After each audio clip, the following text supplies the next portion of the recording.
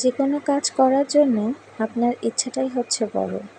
তখন সে কাজে হাজার বাধা আসলেও তা আর কিছু নয়, কেননা আপনার ইচ্ছাটাই আপনাকে এগিয়ে নিয়ে যাবে। আসসালামু আলাইকুম, কেমন আছেন সবাই?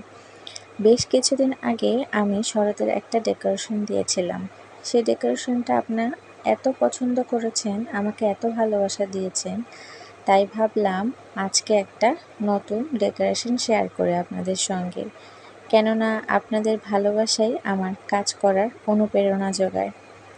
তো যেই কথা সেই কাজ, আমি আজ ট্রাই করলাম যে শরতের সাথে মিল রেখে নীল আকাশে যেমন সাদা সাদা মেঘ ভেসে বেড়ায়, ঠিক তেমনই একটা ডেকোরেশন করার জন্য।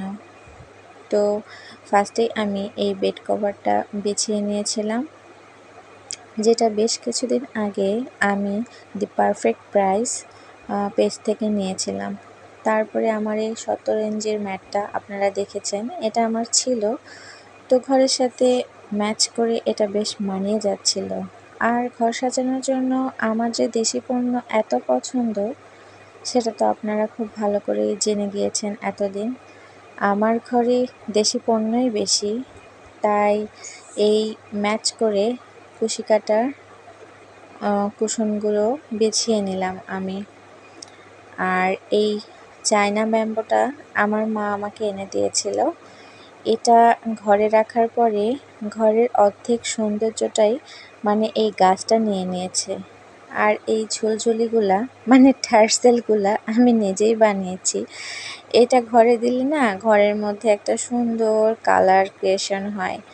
আর এই পাম গাছটা আমার ঘরের মানে প্রকৃতিটাই চেঞ্জ করে দিয়েছে।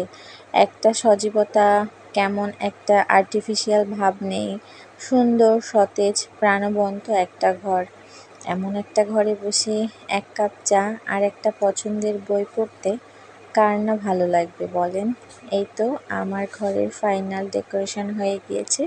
এটাই ছিল এটার ফাইনাল লুক। তো আমি যেটা বলতেছিলাম, আসলে ইচ্ছা থাকাটাই আসলে যথেষ্ট, অন্য কিছু না। তো আমি আসলে ভাবতাম যে আমার তো একটাই ঘর, আর কোনো ঘর নেই, তো এইটার ডেকোরেশনটা আপনারা কেমনভাবে নেবেন, পছন্দ করবেন কি না। তারপরও যাই হোক, আমি সাহস করে করেছি। আসলে আমার বাড়ি নেই, যেটা আছে সেটাই আলহামদুলিল্লাহ। আমার টিন শেড বাড়ি, আমি বৃষ্টির শব্দ শুনি, টুংটাং করে আমার টিনের চালে এখনও বৃষ্টি পড়ে, সেই শব্দ আমি শুনি। তো এই তো সোফা সেটের কভারগুলোও চেঞ্জ করে